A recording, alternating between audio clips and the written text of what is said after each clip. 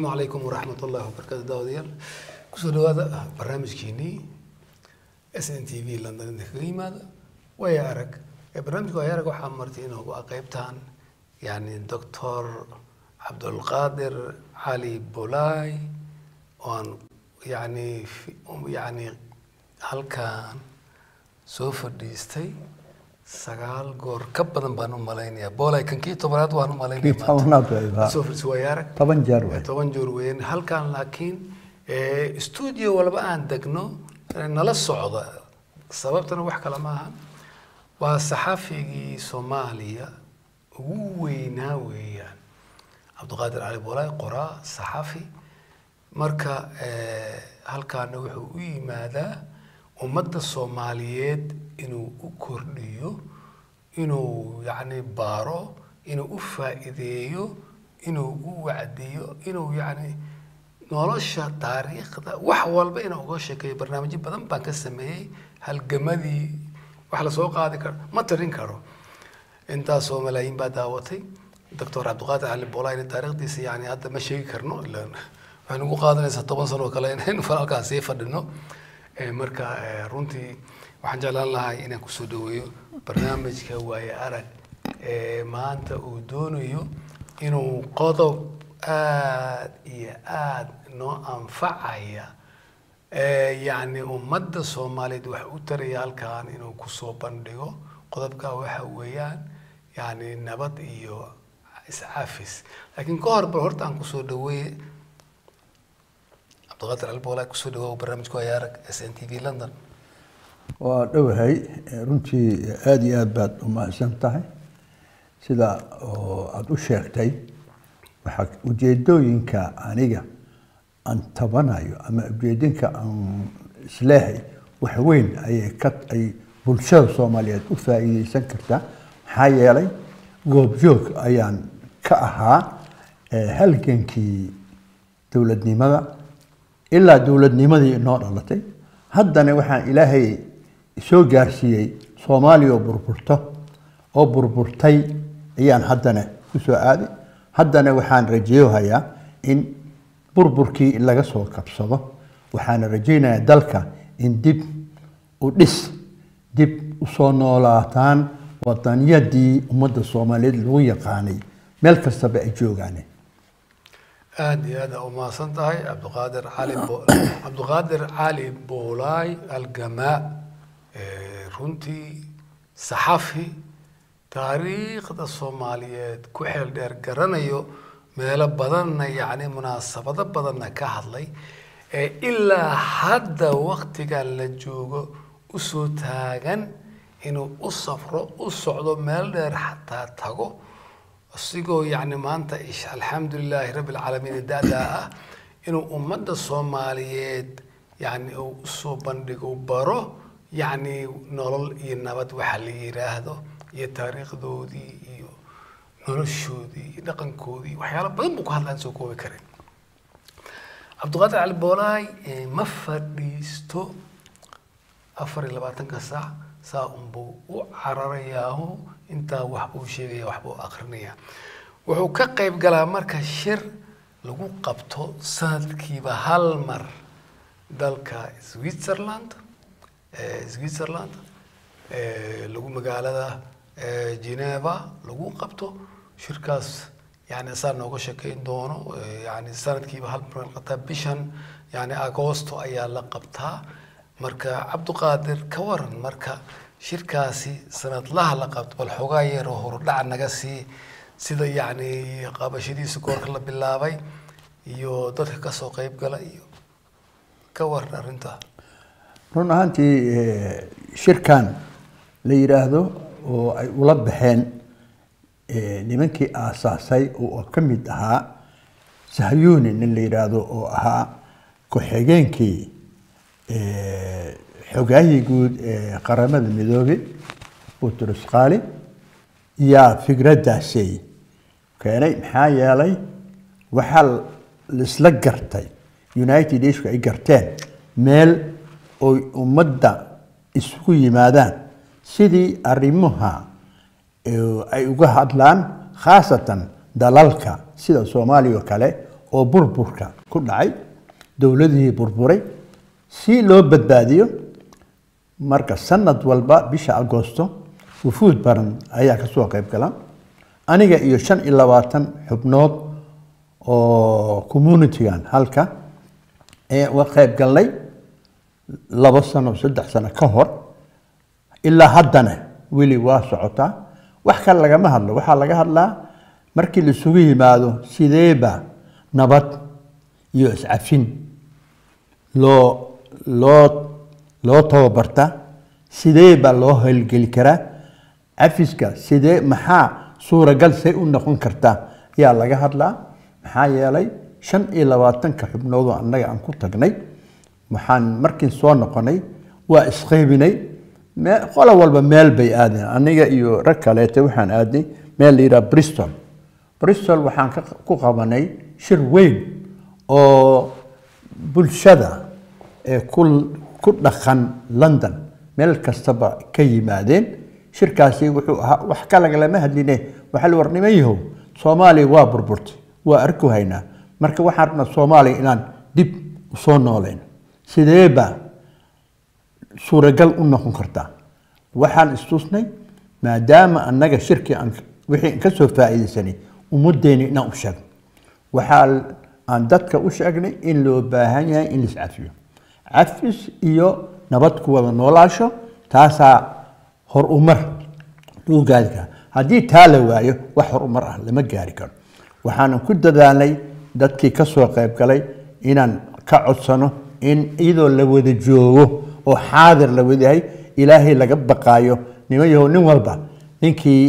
wax ka dhaxeeyaan ay iscafiyaan tii horta run ahaantii waa ku guuleysanay marka qolo kaleetana waxay aadeen dad xamaray aadeen dad waxay aadeen gobolada kaleeta iyagana sida anaga meeshaan uga hadalnay ayaan ugu hadleen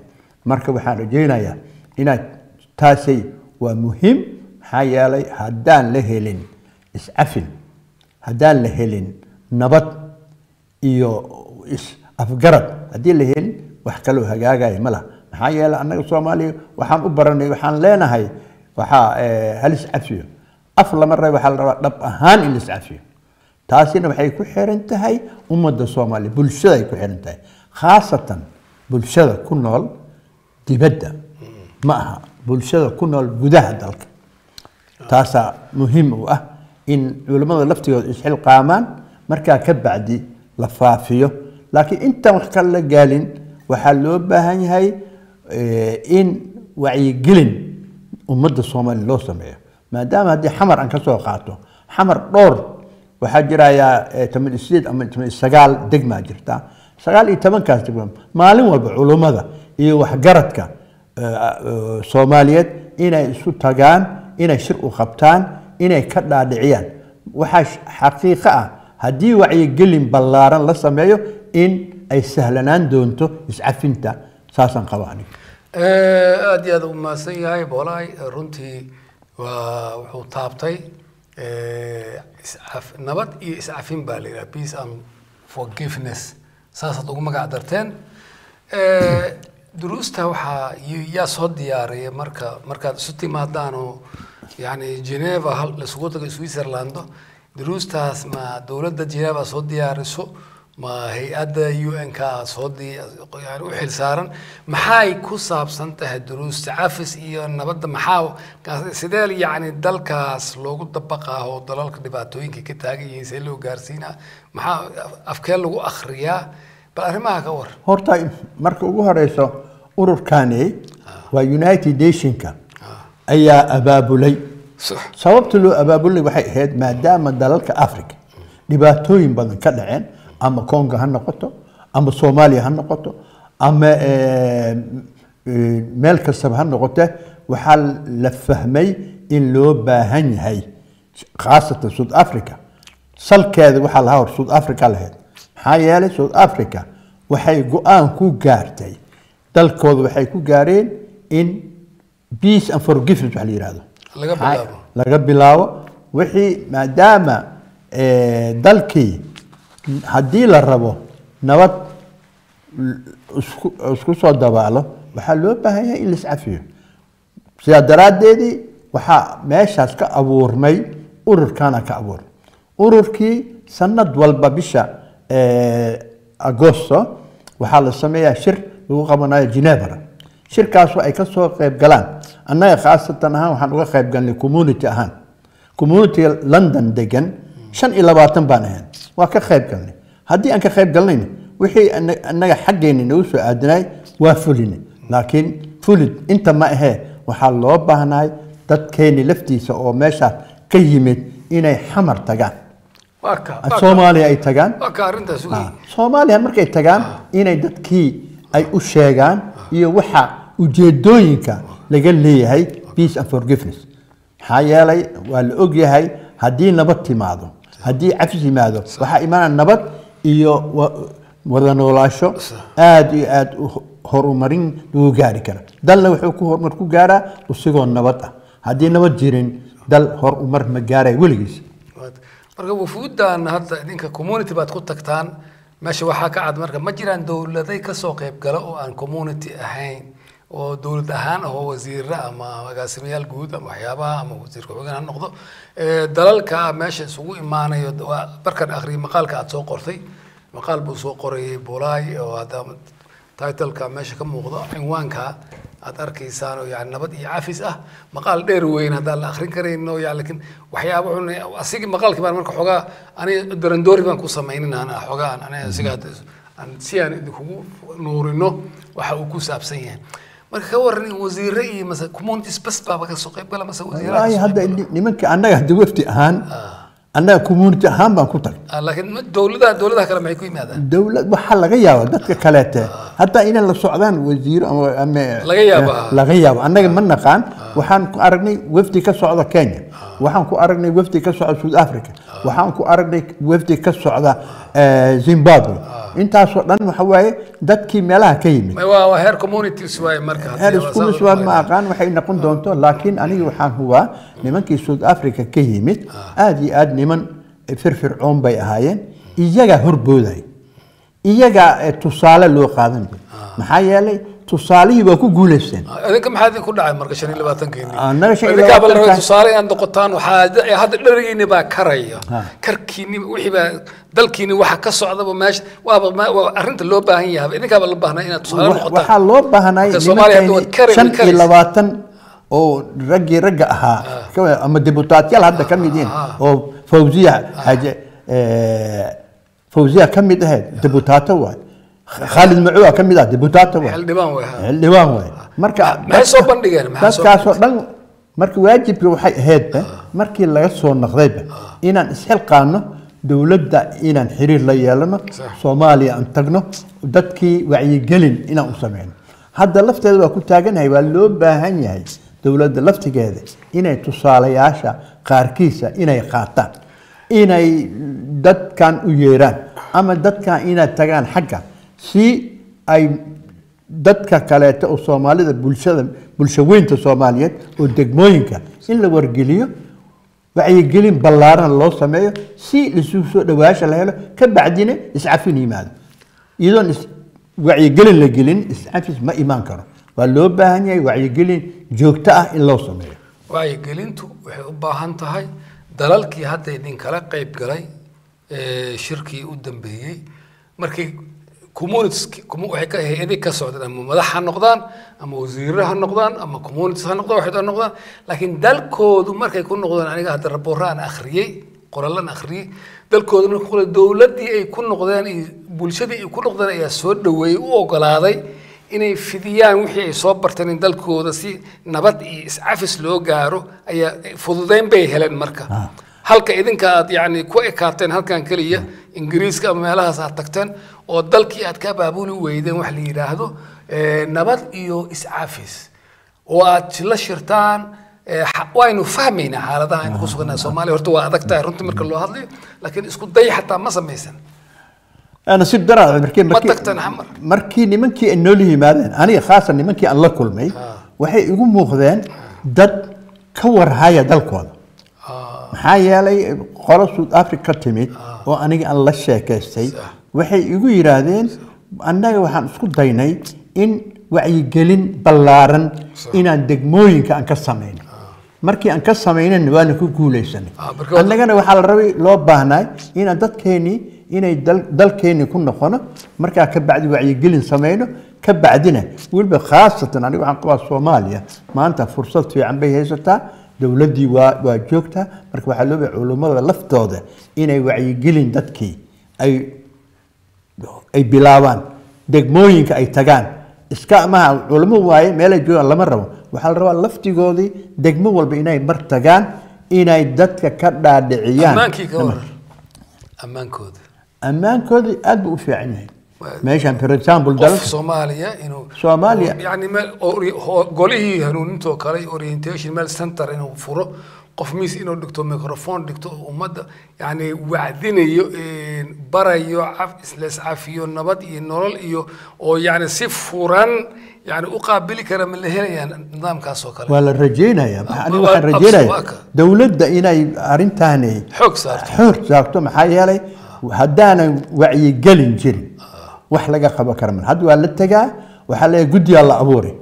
جدي واحد اللي بالله لكن معها وحلو بهاي هاي وصومرني أنا أسوأ إيشان صومرني دولة هي كل دونا صومرني وحجري وعي قلن وحليلات هدي تال لهلين waxaan u maleynaa Soomaaliya meesheeda ma ka dhaqaaqi karto waxa kaliya ay u dhaqaaqi kartaa inay hesho wacyigelin dadkii la bisleeyo markii la bisleeyo marka ka bacdi lagu dhawaaqo iscafintaan oo kale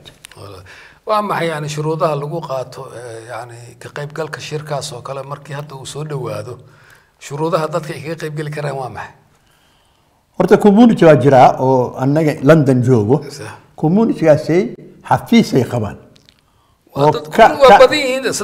maya community-gan waxa weeye community-ga khaas ahaan ku saabsan oo xiriir gooni ah la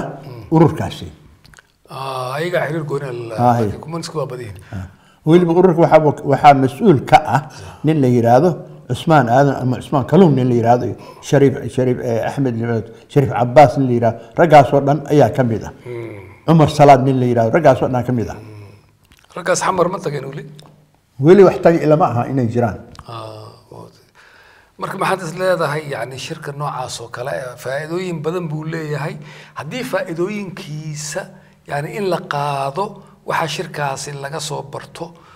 بالشذا هذه كود بقي كرتو تكو حالين كرتو كور أنت من ده الرجينا ونبى أنا الرجينا رجدا ينو حوايا إن وحيالها إنه كلام مركب دعايات حتى دتك كوميونيتي ما هي دتك الصومالية جوجو حتى وفتي أما شن أما لحفظ إلا صادره أي فكرة كخاتان فكرة إيه كخاتين مركا كبعد دلك يقولون أخوان مركا كبعد يعيقين أصمية أو يعني لقى فائدة لقى فائدة سوري أي فائدة بولشدة حمر كنا لنا فائديان إيو قبلة ضن ما حمر كلمة قبلة ضن إنا فائديان لا در وفود لا درو إنه تجان برزين بيوحل على يراجرتا على يراجرا وحاجة الشقالة جرا كواس لفتودي أيالله بهني هاي إنه حل إسكساران وحيالان وكالت ويكون أكسنت هاي قضايا مربع تابطات سرتاي أنا نجا فهمي يعني هدي اللي هلي كرو أورورين تدلنيارة برنامجنا وكذا وده SNTV تدلنيارة الله هذا يعني رئيس وزراء هاي ملحوينك يعني هدي اللي هلي برنامج جوكت كانوا كلا هذا اللي وقابته جنيفا سويسرلاند يعني لقى أبابلو حمر ما دام دولة هذا أجنه بولايو إنه يعني ديرة ساري سؤرمها وجولس حق أمنيجا واد أقطع حدي أمنيجا لا سوغان ولا شنو سوغانته نول إن ما تبالي ده واسكحري واد أقطع لكن هذا ورونه رجال لنا هاي اللي يرد كور هدي إن لا أروريو هو السوق كانوا ويعني وحيالا بدن كوسابسن ما أهان كلي عفس كي نبض وقضبض ووريورت دتك واسهتاي وشاك تحدي دتك يسعفن يعني نبض حدود كدلان وحصونيه ماله كورت horta midaas iyada muhiimada aan hadda raadino hayn oo aniga laftigay fikradayga ay tahay waxaan qabaa xamar nafteeda in laga abaabulo shirkaan oo Geneva lagu qabanayo kale in lagu abaabulo marka ka bacdi isugu yimaado in la yiraahdo warnimayo qodobka laga hadlayo waxa waaye cafis iyo nabad ku wada noolaansho taa laftigeedii qodobo la soo taxo qodobadaasay guddi loo saaro guddigaas markii la saaro inay guddiyaal oo degmo walba guddi loo sameeyo guddigaasay inuu ku dhaqaaqo wax la yiraahdo wacyigelin marka wacyigelinta ninka wadaniga waxaa laga rabaa in wadaninimadiisii la adkeeyo markii la adkeeyo wadaninimada ummadda Soomaaliyeed ama wadaninimada dhalinyarada maxaa yeelay dhalinyarada waxay u baahan yihiin wacyigelin oo xoog badan bay u baahan marka dhalinyaro waxba ma ogaan karo ninkaas uu soo baxay dhalinyaro waay marka waxa loo baahan yahay laga dhaadhiciyo marka la helo dad hoggaanka u qabta hoggaankaas oo loogu talagalayo wacyigelinta degmooyinka xamar ama degmooyinka gobolada kale saasa loo baahan saas aniga waxay ila tahay fikraday waay waxaan rajaynayaa dawladda inay talaabadan oo kale qaada fikrad la mid ah hadda ka hor barnaamijyada sankaas ka qabtay aad yani ka dhawaajisay yani waxaan jeclaaday hadda ereygaana yani xarumo dhalinyarada lagu tababaro ee lagu baro waxa yani nuxurka tayada nabadda iyo nolosha aniga marka ka waran soo jeedin lahayd haddii xafiis la furo oo maareeyo loo dhiso ama agaasimo guud la yiraahdo xafiiska afiska iyo nabadda ka waran arinta mid loo baahan yahay intaas waxa maareeyaha guud ee xafiiska afiska nabadda iyo iscafinta ka waran arinta waa fiican tahay taasi waxa xafiiska furto guul hatta xafiiska isla kaashadaan yani wasaaradaha kala duwan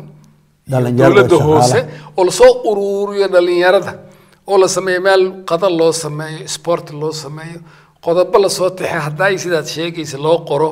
oo loo habeeyo oo lagu tababaro wadaninimada taas afinta nabadda waa maxay nabad iyo iscafis daawadayaal barnaamijka waxaa martinoo waa maanta doctor علي عبد القادر علي بولاي وعاد وذا تقانين صحفي الصومالية وين هديك أكتوبر أسلي جوج جرني كوني سجال بقول لي أفرتني سدح دي مركين ماشي عن تقنا نقول قري أفرتني سدح دي وكون أفرتني شن سنة ما عنقرنا يا أسل بقى شقاله قري جري أنا مركان صحافة السوقات السيرتيفيكيت ولا تبري وسومالي كان برنا قرآن كيسي هبين تيسي وحال يسي بقول لي هذا سومالي ده ما أنت ما نقول جري واقعد فدي واجد وصوير بنقيناني واير يقول لي إذا مركز مركا فرحت وين إلا بولاي حد لو ما أنت وكنت ذالي إنه هل كان كسفر وسويسرلاند أو شركة غيب كله وSNTV سوف نسوي هذا وحكى هذا يا نبض يود يس أي سي iscafin nabad iyo iscafin baa marka de waxyaalo badan aad goob joog soo ahayd noloshaada 1900 iyo laga bilaabo 43 marka dhaqdhaqaaqi kugu horeeyay aad gashaan malaynaya Soomaaliya iswaash oo gashaan barnaamij badan aan ka sameeyay wax xasuusta yani ilaa soo gashay 1950 masawiraan haya adiga aad ku jirtid oo hadda aan guriga uga soo tago oo group siyaad barre iyo dad badan oo Italy loo diray kontonkii oo loo tababarayay dawladnimada inay soo bartaan sida loo maamulo dalka ma xasuustaa masawirka waxaan bar 1952 waxaan ka mid ahaa ma xasuustaa horta dhalinyaradii Italy loo diray tababarka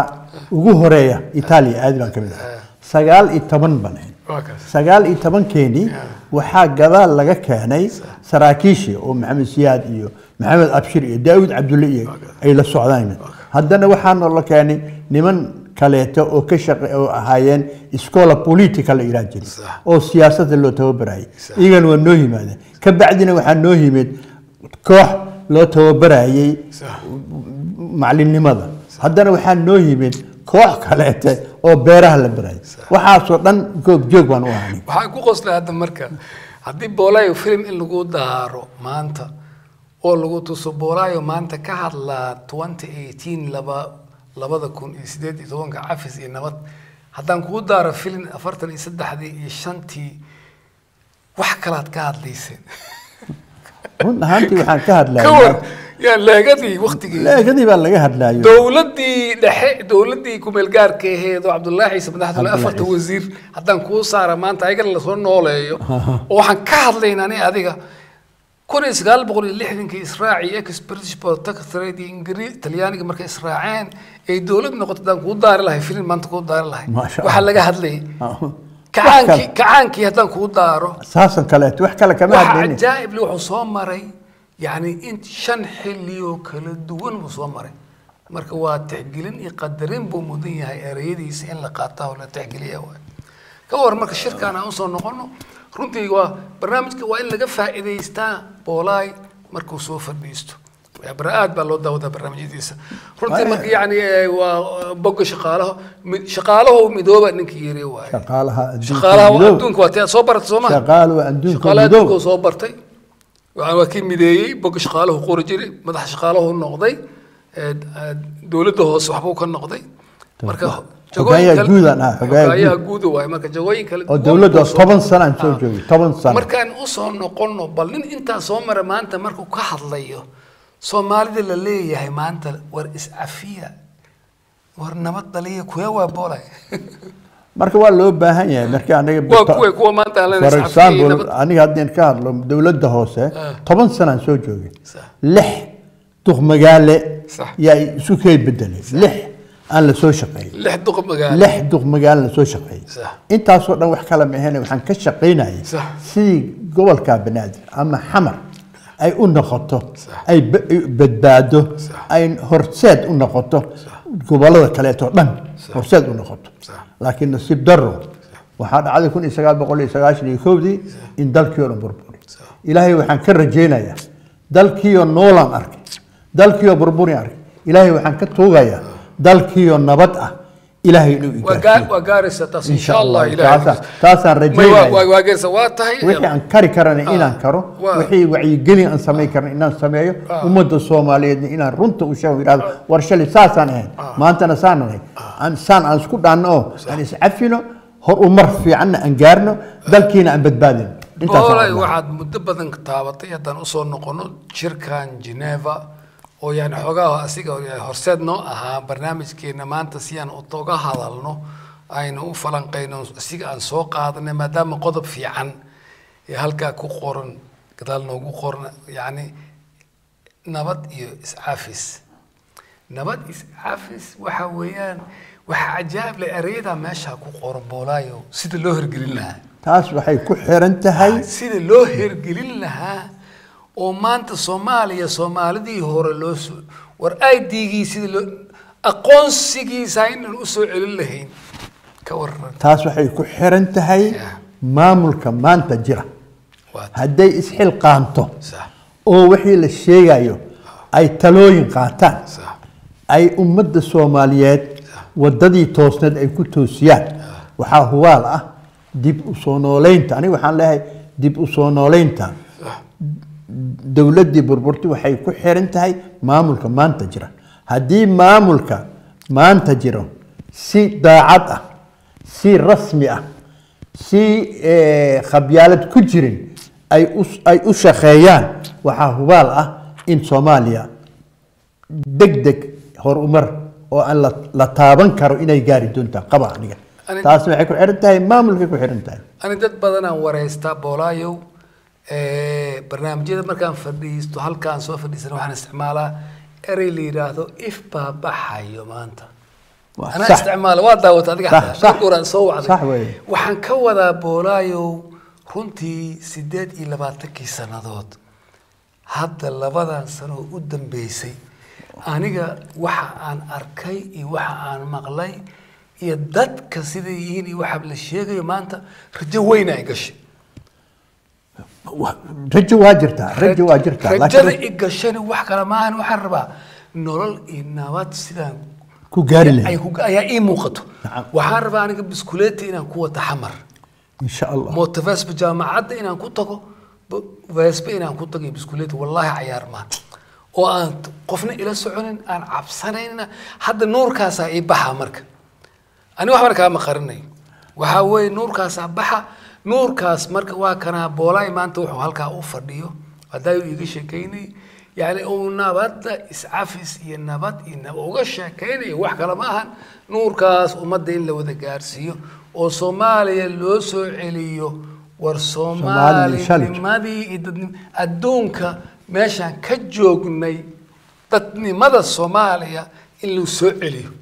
marka ka waran dhalinyarada maanta waxaan xasuusanahay aan xasuusanahay 1956 mar aan ka qayb galay shir looga hadlayay صح shaqaalaha Afrika oo midooba shaqaalaha Afrika midooba Nkrumah waxa siri maanta Soomaaliya fursad bad haysatiin صح dawladnimaad mar dhow gaaraysa waa 64 ma 56 iyo ka hadlay wuxuu yiri ummadda Soomaaliyeed maanta waxaa looga baahan yahay inay horseed u noqoto dalalka Afrika oo isticmaalka oo ku dhex jira marka taasi waana muujinay maxaa yeelay heer waxaan gaarnay in Afrika dhan inay annaga naga tusaale qaataan waxaan xasuusanahay shirarka mar qaarkiisa haddaan tagno wallahi aan igu dhaarahaya waxayna oran jireen maxaa haysaan Soomaaliya maxaa rabtaan maxaa noogu talinaysaan maxaan qaadana fikraday qabtiin yaa nala orajin maantana annagii baa nala burburi marka sida daraadeed waxaan rajaynayaa ilaahay waxa ka baryanaa Soomaaliya nabad ah ilaahay aan loo soo celiyo allaki boolay waafaq waagaas waqtigaas nala ma sahmin in dalkan basiin uu ka buuxo dalkan inuu yahay dal istaraatiijig ah inuu yahay xogaa waxba ruushkii waa ogaanay Mareykanka dalkan dalbad adduunka dalalka adduunka meesha la iska goosho oo arsa ganacsiga inuu yahay badda casi waa la socotaa in ma taqaanay adduun waa la ogaaday malayga adduunka ugu fiican geela adduunka ugu fiican hilibka beenyada ugu fiican baabana jalla mango sawa baba ma dal waxa la ogaaday Soomaaliya inay tahay mustaqbalka adduunka taas way lagu haysto lagu dhagan yahay markaan iska fujinaa marka waan iska fujinaa waa inaan iska fujinaa wallahi waan fujinaa waxa noolaha haysto waxa way war dalka la rabaa dalka hadii la rabana waa kara boolay 9 barnaamij oo sameeyay arinta uu ka hadlay aniga waa xasuustaa dalka loo baahan yahay dalkan in la qabsado dalkan ma la qabsan karo Soomaali intuu Soomaali ka nool yahay aniga midaan ku sheegaa 1995 waxaan tagay baryan tagay صح waxaan ku sheegayaa nimankii la iraajiray alfa lima oo benziinka raadinayeen waxay ii xaqiijiyeen waxay Soomaaliya baalkaasi ما شاء الله waayaabay laga soo bilaabo meesha la yiraahdo mudug meesha mudug laga soo bilaabo ilaa xaafuun dhulkaas dhan Soomaaliya fursad maxaa yeelay nimankii Ameerikaanka ah 1958 hobyo 1 ayaa cadeeyay taas absal shaqada wacd daawada barnaamijka boola ayaa martii looga gabagabadii barnaamijka waxaan jeclaan lahaa boola inaan ku siiyo yani daqiiqado waqti baa naga dhamaaday waa jeclaan lahaa meeshaan si fadhido oo maanta aan ka faa'iideysano ka waran maxaad ummadda Soomaaliyeed kula talin lahayd waxaan kula talin ummadda Soomaaliyeed bulsho weynta Soomaaliyeed waxaan kula talin lahaa in gacmaha la isqabto in liscafiyo waxaan kula talin lahaa Soomaaliya oo midaysan صح inay Soomaaliya noqoto in laga tanaasulo wax la yiraahdo qabyaalada wax kale ku aniga wax kale qalbigayga waxa dhibay waxa way qabyaalada waxaan oran lahaa ummadda Soomaaliyeed ka waantooba wax la yiraahdo qabyaalada maxaa yeelay dal qabiil ma dhiso dal waxa dhisa dal shacab baa dhisa shacabkii dalka dhislaatiina dib ha isu celinina ka feejignaada wax la yiraahdo qabyaalada maalintii taa lagu guuleysto waxaan hubaal Soomaaliya shalay inay soo noqon doonto ياد بوما سيد داودي الكاس وحو هاي دكتور عبد القادر علي بولاي صحفيغا صوماليا ugu weyn ee maanta halkan lagu yimid si uu ummadda Soomaaliyeed u baro labada oo gadaal ku qoran arrimaha gadaal ku qoran oo ah nabad iyo iscafin Ah. waa sugana mar kalena waa sugi doonaa inuu halkaan noo soo fadhiiso indaba aan barnaamijka maanta kusoo gabagabeynaya farsamada waxaa iskale injineer maxamed cumar tan intaan kulmi doona barnaamij kale oo kale ah amaba kaba wanaagsanbo waxaan idin leeyahay sidaa iyo nabadgelyo